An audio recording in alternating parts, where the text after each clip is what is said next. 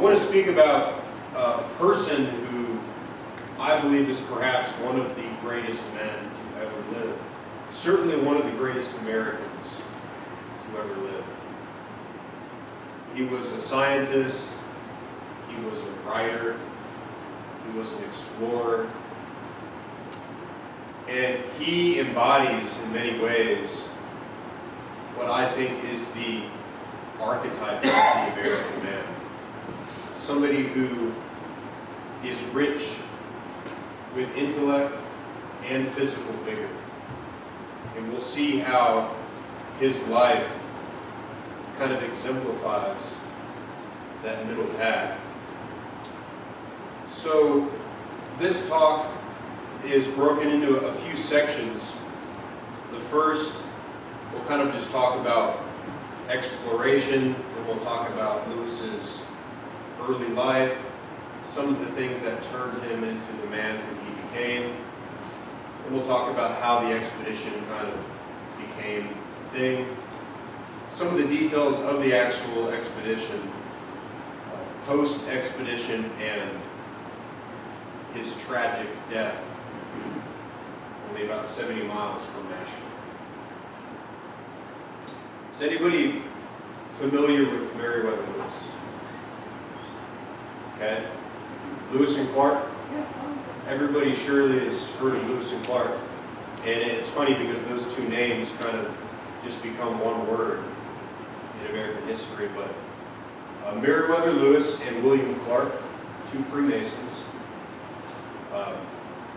led the expedition commissioned by Thomas Jefferson to explore and survey the newly acquired Louisiana territory. This was an expedition from 1804 to 1806, and it had monumental impact on the future of our nation, and we'll kind of get into how some of those things play out. You know, when I study history, the events are cool, but my favorite thing is to really try to understand why people did what they did. I like reading journals, especially if you can find, private mementos that people wrote between each other. I think that that's when you really can get the real flavor of history. Trying to get into the minds of the people who came before us and understand what they were thinking. Lewis was a complete psychopath, totally out of his mind. In many ways, he was just totally bonkers. There's moments of absolute brilliance, and then there's moments where he almost cost the expedition everything for seemingly no reason. And part of that is why a lot of people do believe the suicide story for how Lewis would meet his end. We'll get into that. So, I want to just discuss, firstly, the spirit of the explorer. I think that each and every one of us is the embodiment of something. I don't think we're all just gray humans walking around without some sort of a spirit, some sort of a passion moving through us. Maybe you are a writer, and that's what you embody. Maybe you are a politician, a statesman, and you embody that. But the spirit of the explorer, I believe, is one of the more beautiful, certainly the most risky. In history we celebrate kings, generals, political leaders, warriors. The explorer comes before all of us. The explorer is the one who goes into the wilderness, into the void, into the complete unknown, to blaze the trail for civilization to follow. So nothing happens, no nations, no cities, no economy, none of that is a thing without a man going out into the wilderness, sometimes alone, sometimes with a crew, and setting the pace for that land. They sacrifice everything, comfort, certainty, and many times their own lives.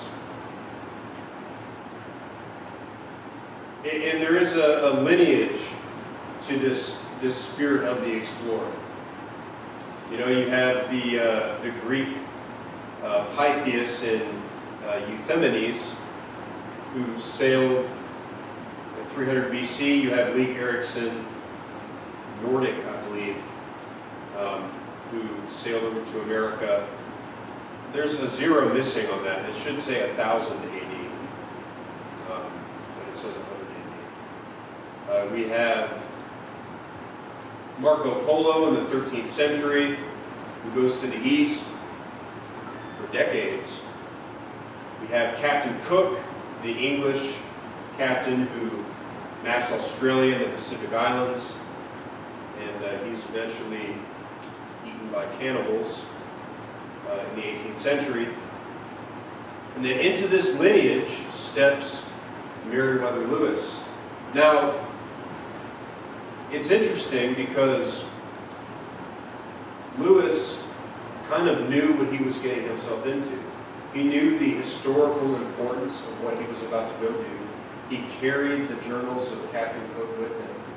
He recognized full well that if he succeeds in what he's trying to do, that history will remember him. So he was a very self-aware individual. You know, one could say perhaps he was LARPing as Captain Cook. But then you also have, you know, Napoleon LARPing as Alexander. So there is this idea that you find heroes from the past and you embody them in some way, and maybe they will help you accomplish your goal. But he was certainly a Captain Cook guy. So what makes an explorer? Courage, curiosity, endurance, faith.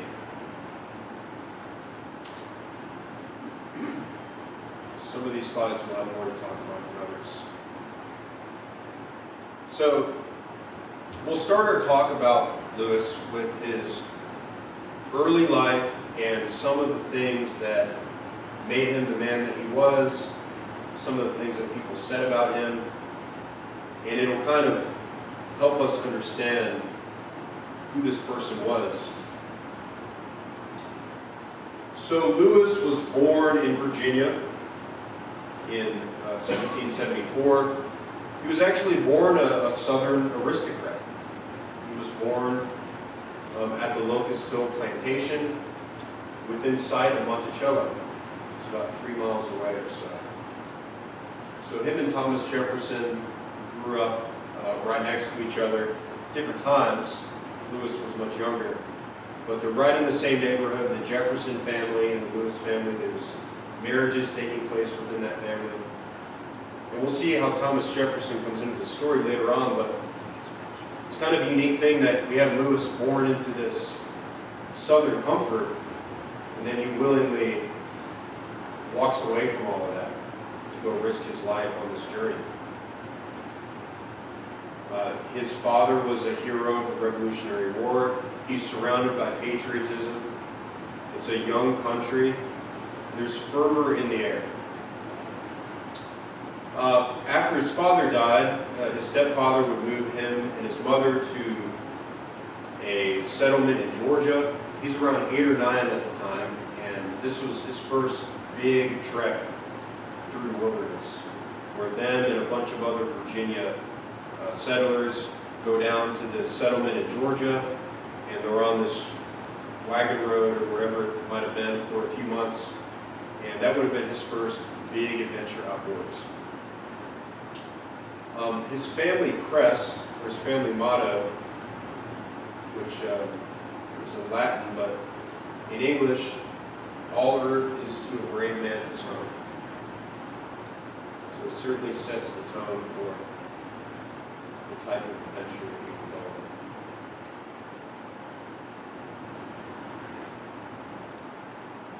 So, let's see.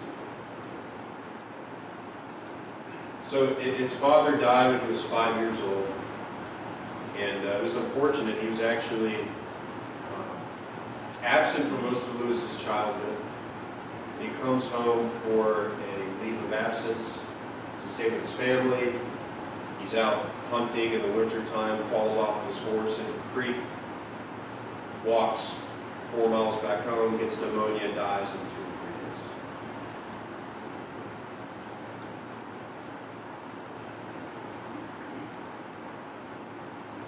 And growing up in this type of a culture,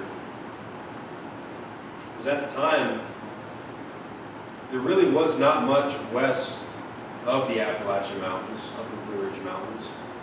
We'll get to St. Louis here in a little bit, but even living in Virginia, you kind of are on the frontier of the United States. Now we just think of it as the East Coast and kind of just take for granted everything else that we have in between Virginia and the Pacific Ocean. But from a young age, he's exposed to the wilderness. He has this habit of going out and hunting with his dogs in the middle of the night. He even is described by Jefferson as hunting barefoot in the Virginia area, even in the wintertime, going out without any shoes on to hunt under the moonlight. And this is just the type of kid that he was. He acquired in youth party habits and a firm constitution. Some of his virtues is described by some of his family friends. He's learning to hunt, he's learning to navigate. And interestingly enough, his mother was quite an eccentric woman, and she actually taught him a lot about herbalism and natural sciences early on. So his mother was quite an exceptional woman. There's a story of some hunters hunting on their land, and his mother is staying at home, and the hunters are out all day trying to get some game. She spots a deer out front, shoots it with her rifle, and she's got the hindquarters cooking over the fire when the hunters come home empty-handed. So she was certainly an influence on Meriwether. And he was always described as being hungry for knowledge, being very restless. There was never really enough for him. At the age of 13, he's sent back to Virginia. Essentially, he's in this small Georgia colony, and they just know that there's no way that we're going to be able to educate this kid in the way that he needs to be educated. He's so hungry for knowledge, he's so hungry to learn more, that they just don't have the resources to do it. They send him back to Virginia. And it's interesting because we kind of take for granted our schooling system. The way we have it now, it's like every county you have schools. At the time, you didn't really just send a kid, there were no public schools in Virginia at the time, actually. So rather than sending your child to a school all day, you actually would arrange for a series of tutors. I mean, oftentimes, you would send your child to go live with that tutor for a season, and then they would come home. So it was this very kind of patchwork educational model where, like, maybe you knew somebody who was really good at something and you wanted your child to learn from that person. You would go ahead and sign him up for there, and then in the wintertime you'd send him here. So he goes up to Virginia and he kind of starts bouncing around these tutors, and this is where he's getting his formal education. And he would only end up with 5 years of a formal education. It's funny, he's described as being intense, martial, and awkward. He's described as having no physical grace, but being extremely courageous. Possessing an unusual self-possession, even in danger. Another story, him and some of his friends are out walking through this cow field, and a bull starts to charge them. His friends freak out and they run. Lewis is not worried about it. He unslings his rifle, takes a shot, and drops the bull without batting an eye. So he's calm, cool, and collected, but odd, and his social life was always strange. He would never end up marrying. He would try after the expedition to court various women, but he just was not successful socially. And some people also attribute that to the suicide story. So again, we have this young man. He's exposed to the wilderness. He is thirsty for knowledge. At 18 years old, he inherits his father's plantation. In 1792, his stepfather had been running it. Now it's time for Lewis to take on the family business. He inherits 2,000 acres, 24 slaves, think like 150 barrels of whiskey, all these resources. And he is in charge of this plantation. And he very quickly realizes that life sitting on a plantation is not for him. He's extremely restless. He has no interest in sitting at home and doing this menial work. So he volunteers to join George Washington's militia to put down the Whiskey Rebellion. He goes, he serves in the militia. Afterwards, he comes back, he joins the army. And this is where he's starting to get his taste of adventure in his adult life. He serves 4 years in the army. And it's funny, you know, Lewis is also a guy who's known to have some issues with alcohol. And there's numerous stories of him getting drunk and essentially arguing politics with his superiors in various army camps. He would love to debate politics, and he loved his whiskey. Eventually, it goes too far. He gets in trouble. I think somebody gets knocked out.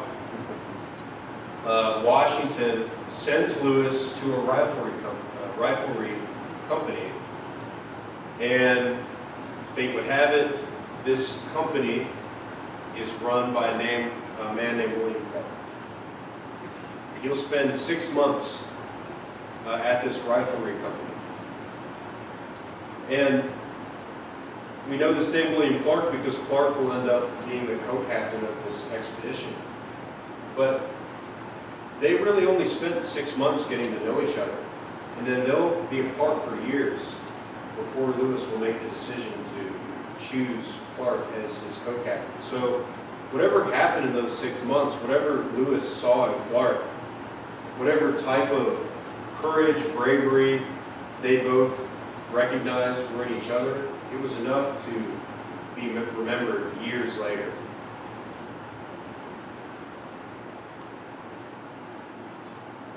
Right around here is where Lewis also becomes a Freemason. So Lewis is initiated and entered apprentice in 1797 at Virtue Lodge 44 in Albemarle, Virginia. Passed a fellow craft and raised a Master Mason by April 1797. And he would serve as an officer. That summer there's some minutes of him proposing for some money to be bookmarked for charity. And that lodge, I do not believe it still exists, but he will create a Masonic lodge in St. Louis later on in our story. That lodge does still exist. Elevated to Royal Archmason in 1799. And this is where he's starting to get that taste of philosophy, that taste of enlightenment, that taste of brotherhood. Now, perhaps what is more interesting to me than the relationship between Lewis and Clark, or at least equally as interesting to me, is this relationship between Lewis and Jefferson. Jefferson was much older than Lewis, decades. They grew up in the same area. Their families had intermarried. They were well aware of each other. And I believe that this is just one of the most beautiful mentor-mentee relationships that I've ever read about. So Lewis grows up near Monticello. Has anybody visited Monticello? You guys been in the library, walked through that house? It's incredible. So Lewis grows up there, and yeah, the Jefferson family and the Lewis family are parts of this Virginian aristocracy. So their families are mingling together, and they would be well acquainted. Now, this whole idea of a westward expedition, it was really first proposed in 1792. The American Philosophical Society, we had Franklin, Jefferson, and Washington all sign on to the idea of sending an expedition out west. Shortly before that, I believe it was an English or French captain had sailed his ship into the mouth of the Columbia River on the Pacific Ocean and had taken coordinates. So Jefferson knows where Monticello is. He has an idea of where St. Louis is. He knows where the mouth of the Columbia River is. But all of this is a complete mystery. They describe it as the Great American Desert.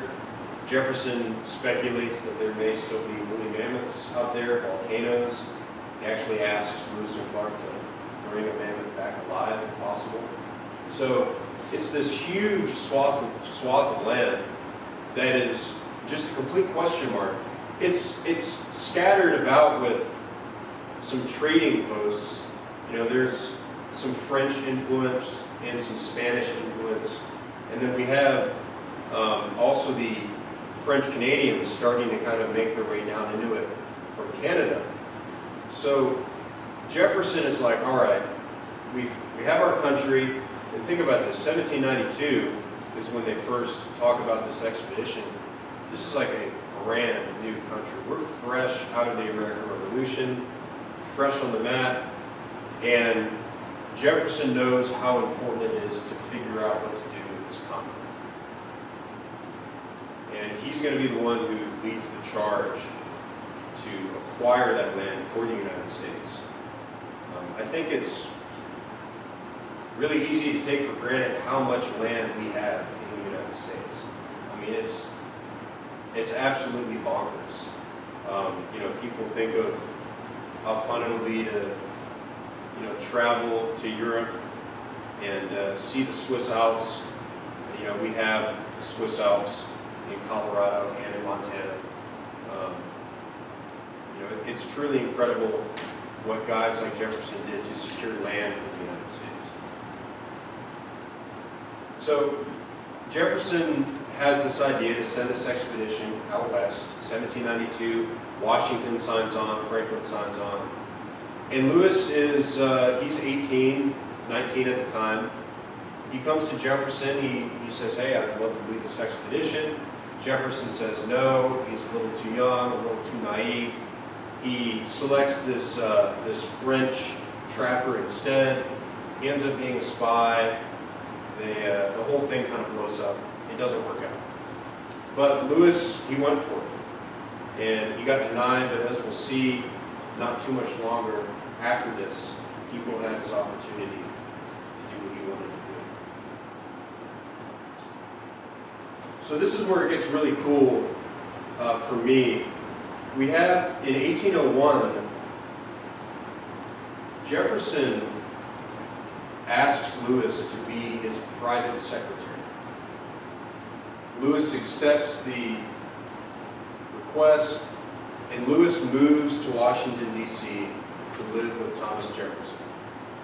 Jefferson is a widower at the time, so it's just him and Lewis living in the president's mansion with their servants. So I like to think of this as probably the coolest bachelor pad of all time. Jefferson would write that Captain Lewis and I are like two mice in church. So Lewis has the opportunity now to not only be friends with Thomas Jefferson, but to live with Thomas Jefferson. He has access to Thomas Jefferson's library, which has the most extensive collection on geographical work for the American continent. He has access to Thomas Jefferson's social circle, and he has access to Thomas Jefferson. So what I would give to have that opportunity. So this is just a profound moment in history where Lewis is soaking it all in. He gets to sit at these Jeffersonian dinners where Jefferson is entertaining diplomats. And here is Lewis. Lewis is 27 or 28 at the time. Here Lewis is in the middle of this, which I would imagine would be a bit overwhelming. So Jefferson becomes Lewis's close mentor. He teaches Lewis geography, botany, ethnology, diplomatic philosophy, and Jefferson, takes more of a liking to Lewis, and they become very close. And they start to plot this idea of sending this expedition out west. So Jefferson can see how important it would be for the United States to acquire this land. The Louisiana Territory, France has a claim to it, but it's a pretty loose claim. Napoleon owns it, but you don't really own anything unless you can control it. So he's got this land claim, New Orleans. There's some foreign influence coming up through New Orleans. Jefferson wants to put a stop to all of it. He wants to secure the entire continent for the United States. Britain, Spain, and France are all starting to drool over this vast, uncharted piece of land, as they should, and Jefferson was a dog in the fight. So they put together this idea to send this expedition out west. They start talking about it 1801, 1802. Jefferson has to kind of mislead a lot of people to pull this off. We'll hear later how he kind of has to stretch his executive powers to pull off the Louisiana Purchase in the first place. It's an unconstitutional thing that he did. But also to get the funding from Congress to do this expedition, he had to kind of finagle the reasoning in a way that made sense. A lot of Jefferson's motivations, he does have the land acquisition, but he's also a philosopher and a scientist, so he wants to know what's out there. But at the time, there's really no room in the budget for philosophy in this young country, so it has to be a purely diplomatic reason. So Jefferson paints the picture that this is an economical mission. Our goal is to secure the trade line through essentially all of the native territories. Whereas right now we have France is getting a lot of the trade, the fur trade. We have Britain is getting some of the fur trade. Spain is starting to kind of weasel their way in there. Jefferson says we need to send an expedition out west. We need to shut all this down. We need to redirect all of the native trade to the United States economy. Congress is cool with that idea. His stuff passes, and they're in motion. So what also happens around this time is, I believe his name was Mackenzie, Alexander Mackenzie. I believe he was British or French. He has just recently taken a solo expedition down from Canada across the upper part of the United States, what we now know as the United States. And he carves his name into a rock on the coast of the Pacific Ocean. This is huge news. All of a sudden everybody's talking about it. As soon as Mackenzie publishes his journals of the expedition, Jefferson orders a copy immediately. Him and Lewis tear through it. They need to figure out what's going on, what's out there. This sends Jefferson into a manic mission on getting this expedition going as quickly as possible before somebody else has the opportunity to lay a claim to this land. So things are really getting hot in this territory. So he says, all right, Lewis, we got to go ahead and get to work. And again, for me, this period here, these 2 years, are equally as interesting to me as the actual expedition. Because what we have here is we have a man, Lewis, who essentially undergoes the hardest study session of all time to get ready for this expedition. Jefferson is essentially spending all of his free time getting Lewis up to speed on what they know about the natives, what they know about the plants. He sends Lewis to Philadelphia Lewis will study under Jefferson's friends in Philadelphia. He'll study medicine with Dr. Rush. He'll study astronomy. He'll learn how to take longitude and latitude to survey the land. Pretty much everything that you would need to go into the wilderness, but not just go in, but also record everything that you're experiencing. That's another important thing to keep in mind, is they're not just marching along, but recording, documenting, drawing, taking measurements this whole way. So he goes to Philadelphia, he studies with all these guys, and essentially for the next year, he is working very hard as a student to get his brain where it needs to be. At the same time, he's also in charge of all the logistics for this expedition. So he's studying all this stuff, and then he's also going and supervising the construction of the boats, designing some of the boats himself. He's deciding what kind of rifles they're going to bring, what type of medicine they're going to bring, what are they going to bring to trade with the natives. Everything about the expedition, he's all of a sudden, overnight, you have Jefferson who gets lit up, this Mackenzie guy starts this whole talk about, oh, who's going to get this land? Overnight, Jefferson is 0 to 100, all in.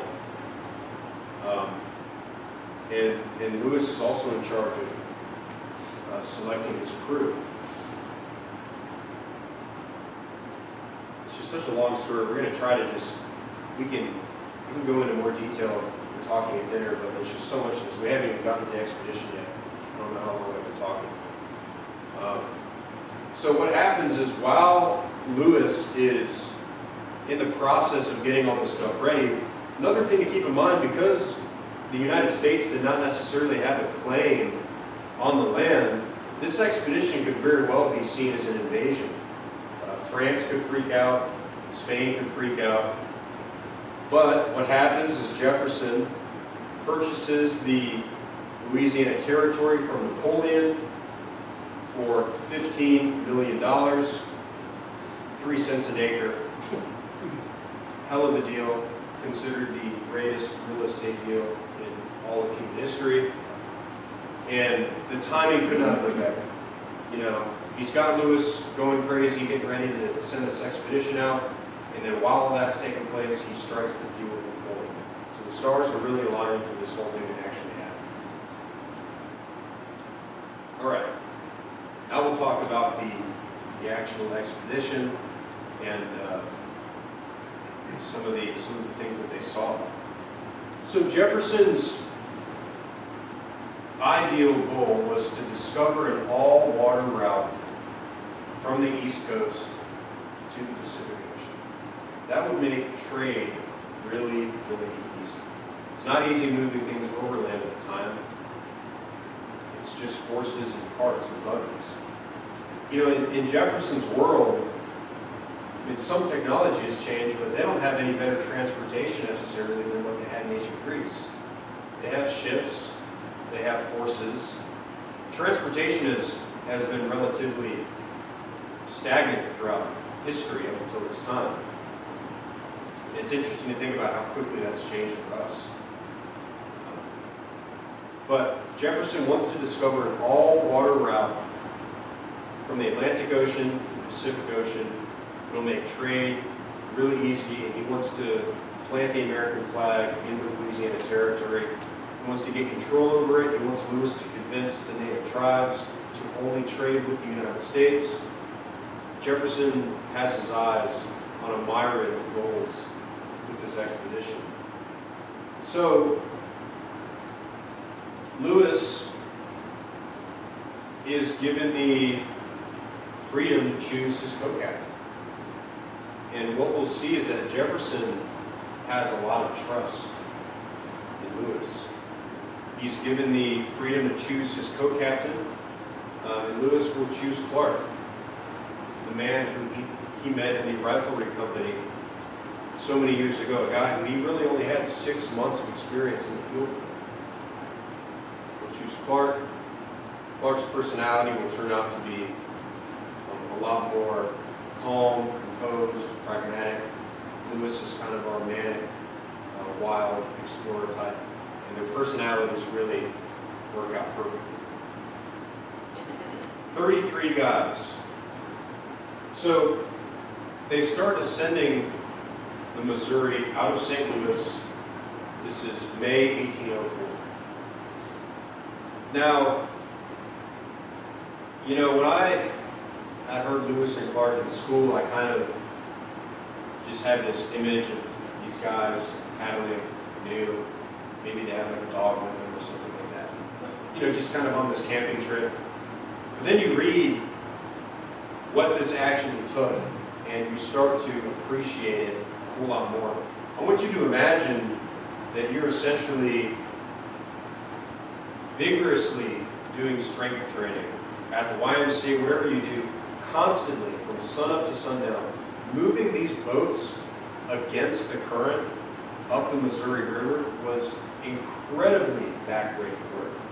When rowing wasn't enough, they would pole up the river, pushing the boat backwards. Imagine working out so hard that you have the appetite to eat nearly 10 pounds of meat every single day. That's how much meat each of these guys were consuming. Not collectively, individually. So you have these guys just essentially furiously exerting themselves constantly all day to make their way up this river. While you have those guys doing that on the river, you've got hunters walking the riverbanks, hunting constantly to feed all these guys on this boat. It's constant work, constant work, constant work, constant work. And it's just incredible to really think about leading an expedition like this. Crazy to think about even just being a crewman on an expedition like this. But you have your hunters who are constantly hunting deer. Eventually, we'll be hunting buffalo. And you are making your way up the Missouri River. Now, this has kind of all been mapped before. So Lewis, he's not really super hyped up yet. He doesn't really write about too much at this point in time. He has his eyes on the unknown.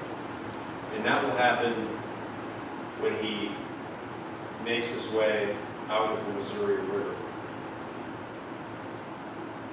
So we'll go ahead and talk about Charles Floyd. So think about this, 33 guys, 28 months, from St. Louis to the Pacific Ocean and back,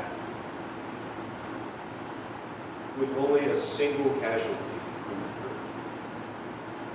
Encountering dozens and dozens of native tribes, getting in fights, having the whole situation almost blow up multiple times, yet only a single member of your crew dies. And he dies of appendicitis. It's not even an accidental death. He gets sick on the Missouri River, they bury him, and after that, Lewis's expedition will suffer no more casualties. I think that fact is pretty incredible. I think it's a testament to his leadership. So talking about some of these wild confrontations that they had out there, you know, you have this one run-in in 1804 where you're essentially going up the river and this tribe is saying, you know, ye shall not pass. You have the password, etc., etc. And things get heated, you know. They try to talk to the natives. They try to figure out, you know, can we buy our way through, whatever it is. They strike some sort of a deal, and then when they go to take off, the natives grab onto their boats and will not let them move the shore. And things get really heated. You know, their keelboat has these swivel guns on the front of it, and they've got their swivel guns ready to go. I mean, the whole thing is about to pop off. Everybody is about to die. And Lewis is a diplomat, and he's able to talk his way out of it, and everybody leaves unharmed. I don't know if anybody's ever been at gunpoint, but kind of hard to keep it cool. But he does. So they make their way up the river, and they winter at Fort Mandan up in North Dakota. It gets super, super cold. Another thing to think about, when you're on an expedition for this long, when winter comes, you're not moving. I mean, you have got to hunker down, build a fort, and wait the winter out. So you also have a lot of restlessness. Here, both at this winter and the winter at Fort Clatsop in Oregon, this is where fights break out, people start drinking more. Yeah, I mean, you kind of just need to sit there and wait for winter to be over. Also, the river freezes over, so you're not moving your boats anymore. So it freezes, it gets, negative 45, the whiskey freezes, and the Mandan natives help them survive. They give them some food. They essentially are probably the only reason why this expedition would survive. Chief Big White was his name. And interestingly enough, Big White will actually make the trip to Washington, D.C. And will meet Thomas Jefferson. He will end up dying in D.C. and that will later cause some contention between the natives and the Americans, but they did want to honor this chief for his help. He made that trip. So coming out of the winter, February 1805, I don't speak French. Ryan, how would we say this name? Toussaint?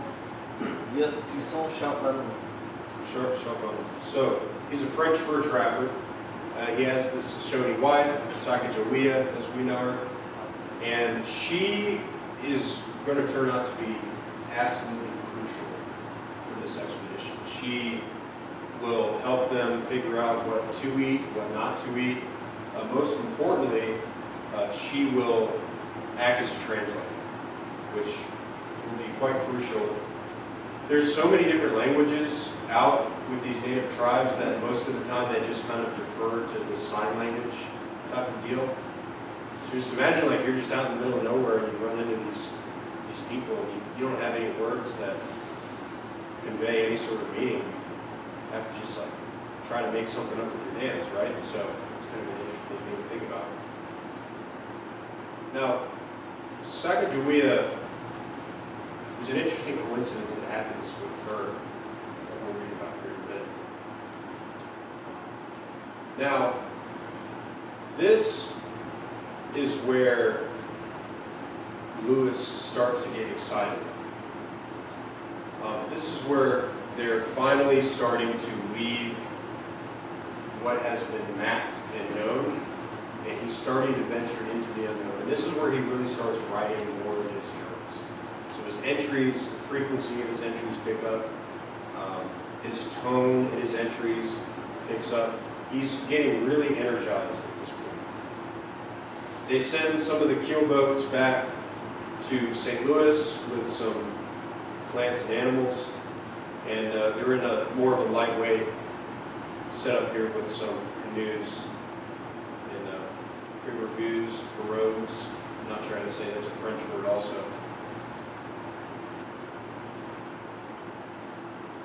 So they arrive at the Great Falls of the Missouri.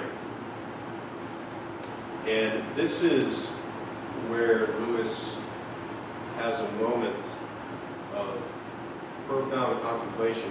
You know, Lewis had this habit when he had the idea that they were about to come up on a landmark or discover something that hadn't been seen before. He wanted to be the first person to see it. So he would hop off the boat and take off on foot upstream. So Lewis does that here. He hops off, he heads upriver, and he is the first to lay his eyes at the Great Falls, a series of cascading waterfalls. And he sits down and tries to write this journal entry about what he's seeing, and it quickly kind of turns into this lamentation for not having the words to describe what he's seeing. So he begins to feel very inferior with his words at this time. And his journal is quite poetic.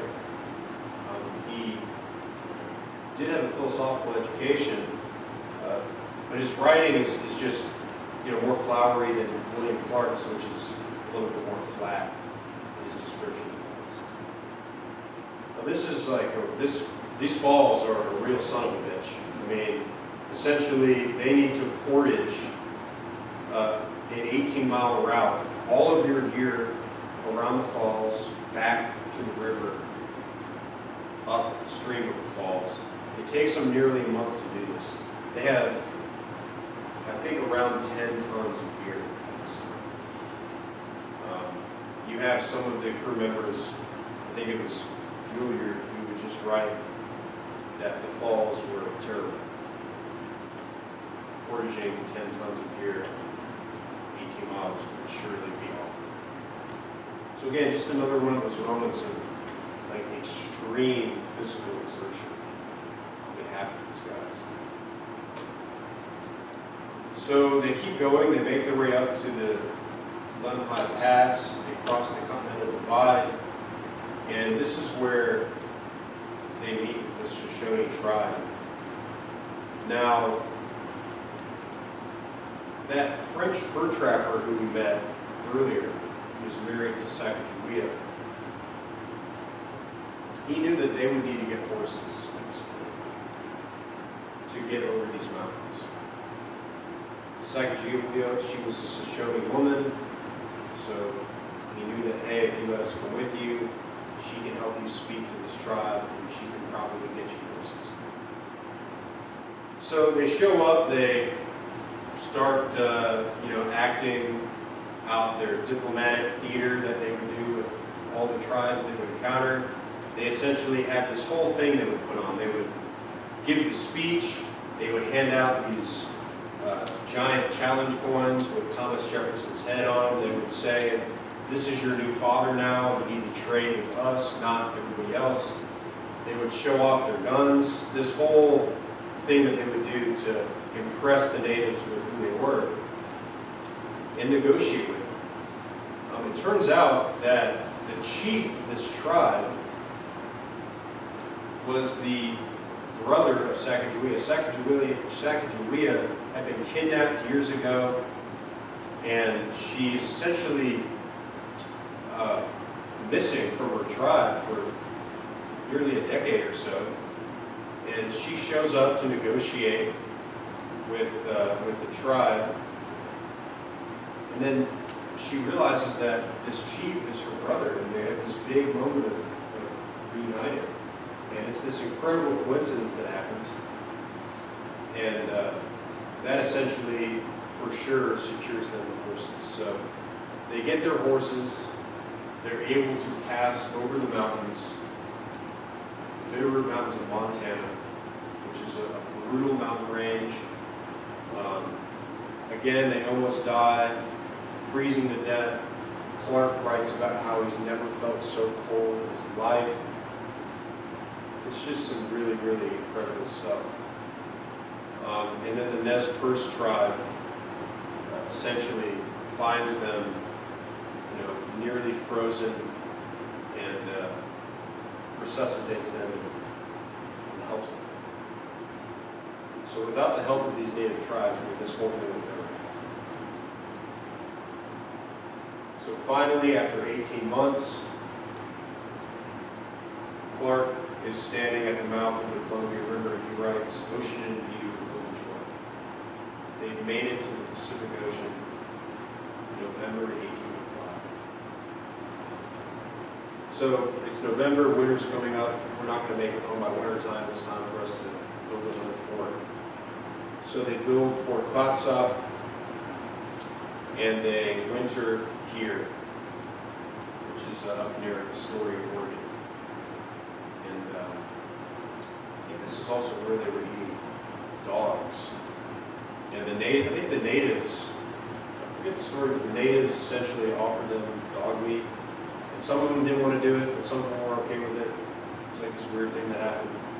But yeah. You're on the trail for so long, you diet changes. So one of the things that Jefferson kind of told Lewis is like, all right, get to the Pacific Ocean, see if you guys can hitch a ride on a trading vessel back around to the East Coast. They get out there, they don't see any ships. So they eventually decide to head back the way that they came. It's a lot easier on the way back. They kind of have a lot of the stuff mapped out by now, so it's not nearly as long of a journey. But they do make it back September 1806, after traveling a total of 7,689 miles. They have returned to St. Louis and returned to civilization. You know, there's so many stories from this expedition. Like, I could probably talk for like 5 or 6 hours, and we could just be in all these weird little rabbit holes about this happened on this day, and this happened, a grizzly bear did this. I'm trying to not totally do that. Talk more clear about some of those stories. So they mapped the route to the Pacific with astonishing accuracy. Clark's map, compared to modern maps, is a pretty damn good job for what they had. They made peaceful contact and positive diplomatic relations with dozens of native tribes, discovered 178 new plants, 122 new animals, and did prove that there was no Northwest Passage, there was no pure water route from the Atlantic to the Pacific, but they did figure it out. Losses, only a single American death over the entire 28 months. Now, we were talking earlier about Lewis's decision-making was sometimes really good, sometimes quite questionable. On their way back to St. Louis, Lewis decides to go on shore to go elk hunting. And he decides to take one of his crewmen with him, Pierre Cruzet. Now, Cruzet was pretty much completely blind in one eye and nearly blind in the other eye. So a man would wonder why you would choose this type of a guy to be your hunting partner. It ends up biting Lewis in the ass. Quite literally, Lewis is stalking an elk. He's in some deep brush. Now remember, he's wearing buckskins. He's in some deep brush, and all of a sudden a shot rings out, and Lewis takes a .54 caliber musket ball to the buttocks. Goes totally through one of his cheeks, comes out the other cheek, doesn't hit any bone or nerve, but imagine getting shot with a .54 caliber ball. And at first he doesn't know what is going on. I mean, he just got shot. He freaks out, he yells, he tries to get somebody's attention. Pierre Cruzet doesn't say anything. Cruzet's over on some other ridge. And he has to just assume that his natives are attacking, right? Like, this is an ambush. That's not the case. They get back, it turns out what probably happened was that Cruzet saw some buckskins moving around in the brush. He can't see anything, and he thought he was shooting an elk. But yeah, this put Lewis out. I mean, Lewis essentially would spend the rest of the expedition, like the 3 weeks that it would take to get from that spot to St. Louis, on his stomach in the back of the boat because he was so messed up. But again, why would you take the blind man hunting with you? You know? But it's just weird stuff like that where you kind of question the dude's sanity. So, is anybody an outdoorsman currently or in the past? Has anybody spent like an extended amount of time out in the wilderness? How long? Like weeks, days? Days? Over nearly 2 weeks. 2 weeks. Nearly. Being out there for 2 weeks will do something to you. It's hard to come back home. You kind of just want to stay out there. Imagine that you just spent 28 months on one of the greatest adventures of all time. Through the wilderness, meeting all these people, having all these adventures. And then all of a sudden, you're sitting behind a desk doing political work as the governor of the territory.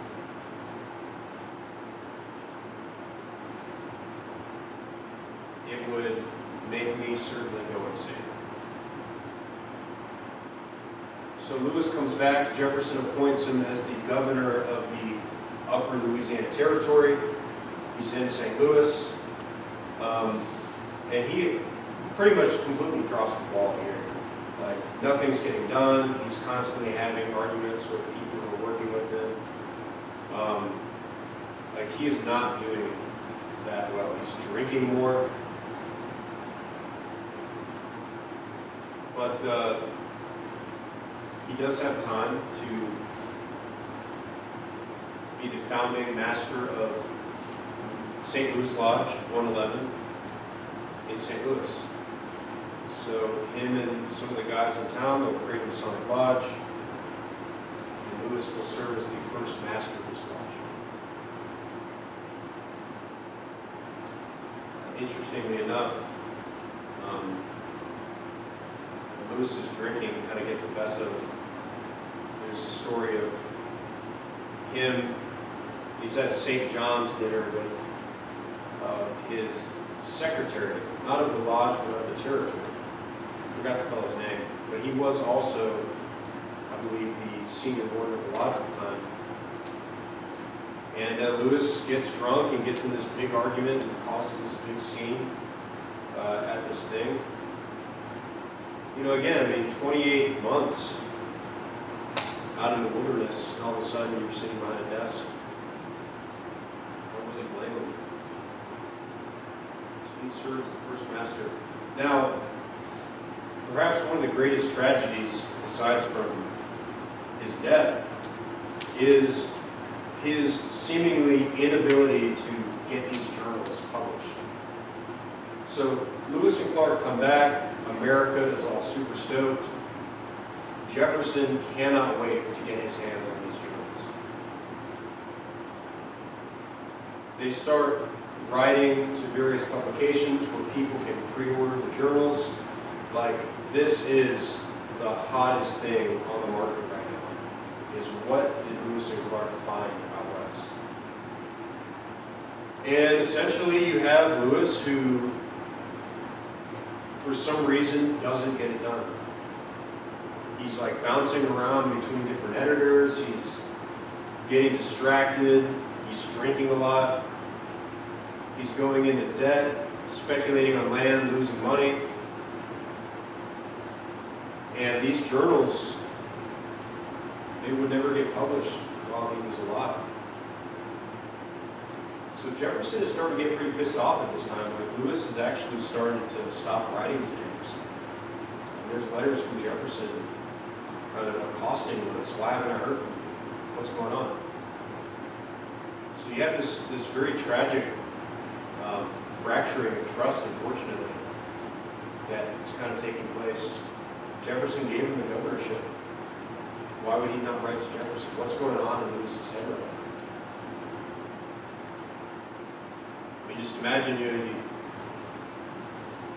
have like a sales presentation coming up on a Friday. Like, that's a little bit of stress, right? Imagine the whole nation is waiting on you to write a book while you're also the governor of the Upper Louisiana Territory.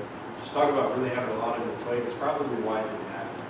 He probably should not have been the governor of the Louisiana Territory. If Jefferson would have just let him focus on the journals, it probably would have been a different story. But he gets extremely overwhelmed. and those journals never get finished. So essentially, he's in St. Louis, like he's just bouncing around, like falling into degeneracy, not doing the things that he needs to do for his governorship, not getting the journals published. The Secretary of War, I believe, has also stopped backing his checks, so he's got these financial issues. Like, everything is falling apart for this guy. So he's like, all right, I've got to get home to Washington, D.C. to go find Thomas and figure out what I need to do.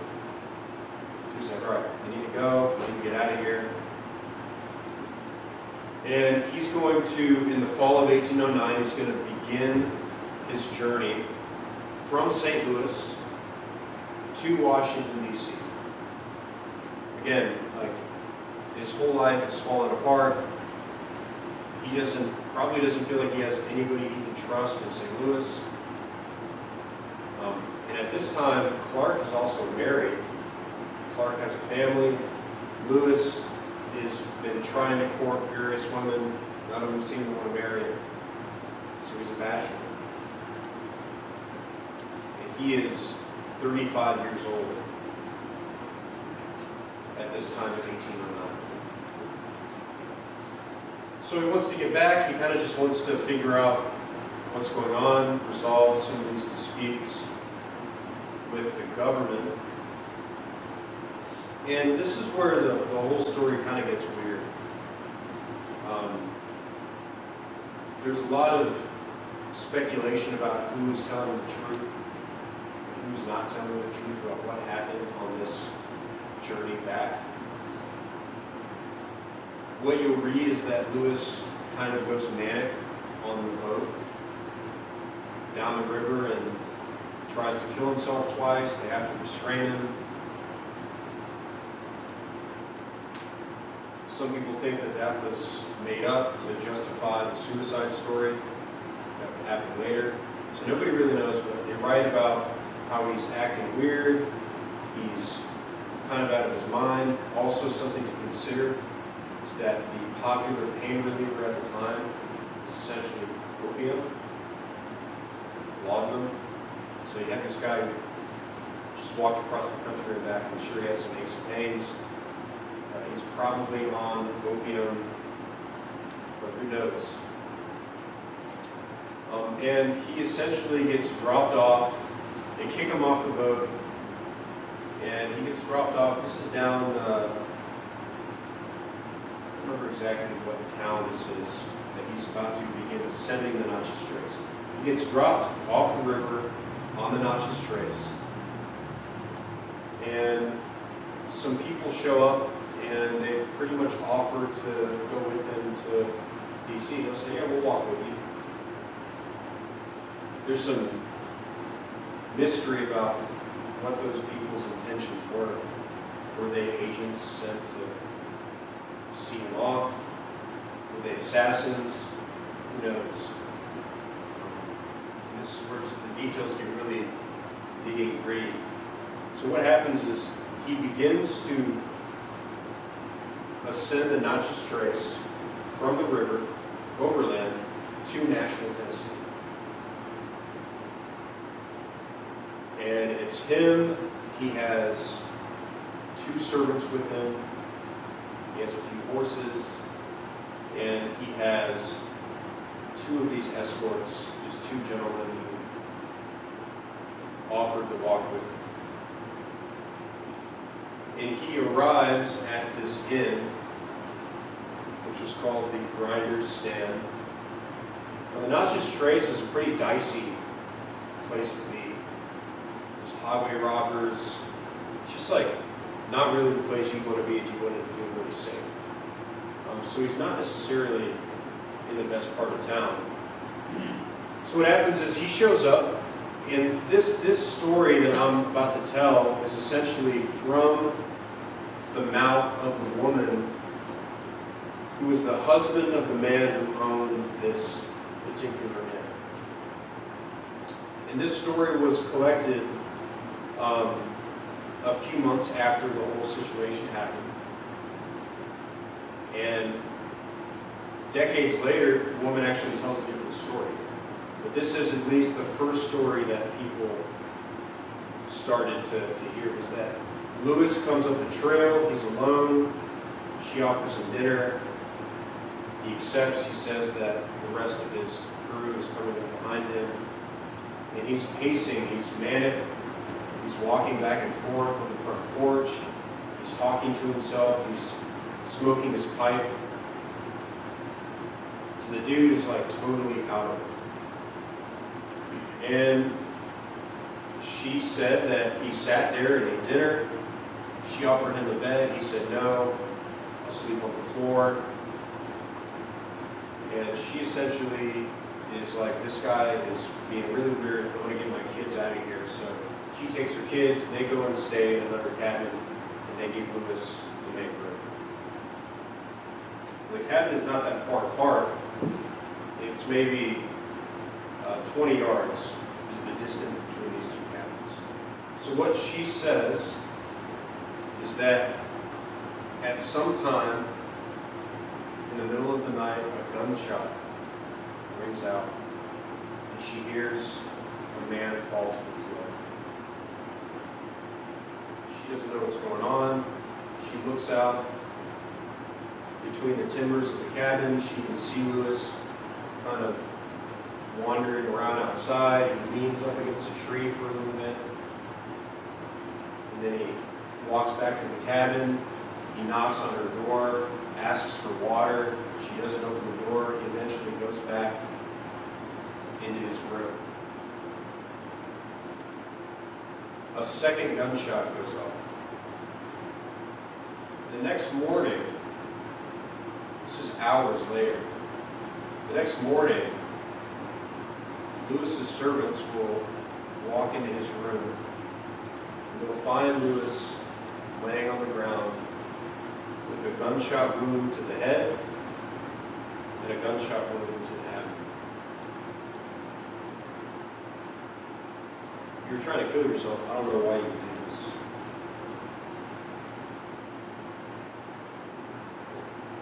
So, Lewis is laying there, and he's still alive. He's been laying all night. He's still alive. And later that morning, he would die. We'll get to his final words here in a moment. But there's all sorts of speculation about what happens here. You know, some people think that Lewis had rubbed some people in St. Louis the wrong way, and that they wanted him dead. There's this guy, Wilkerson, who's this pretty unprofessional military general who's just constantly known for causing conflict.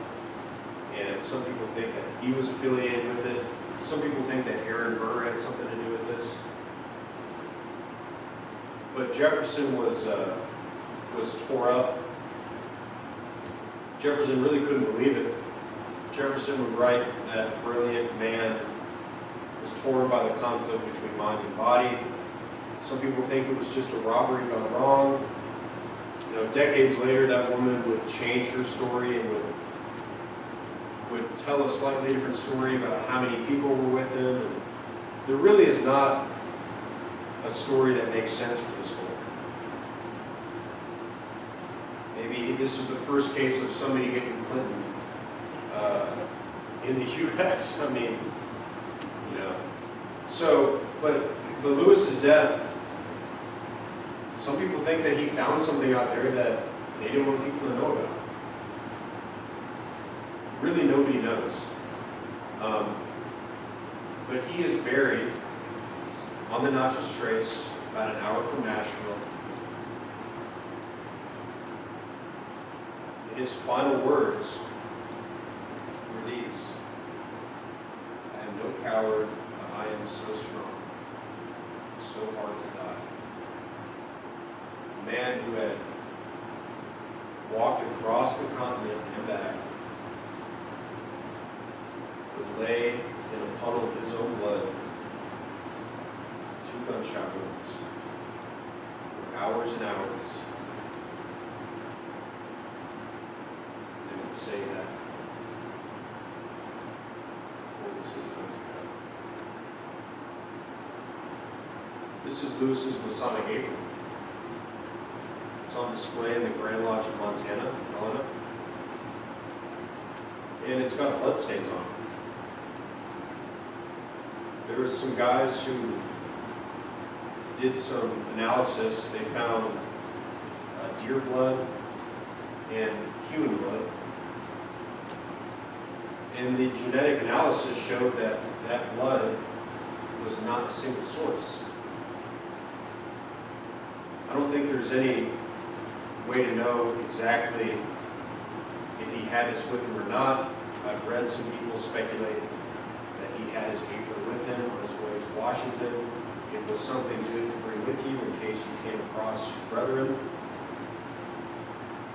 But if you do ever have the chance to visit the Grand Lodge in Montana, I would encourage you to take a moment to go and see this apron.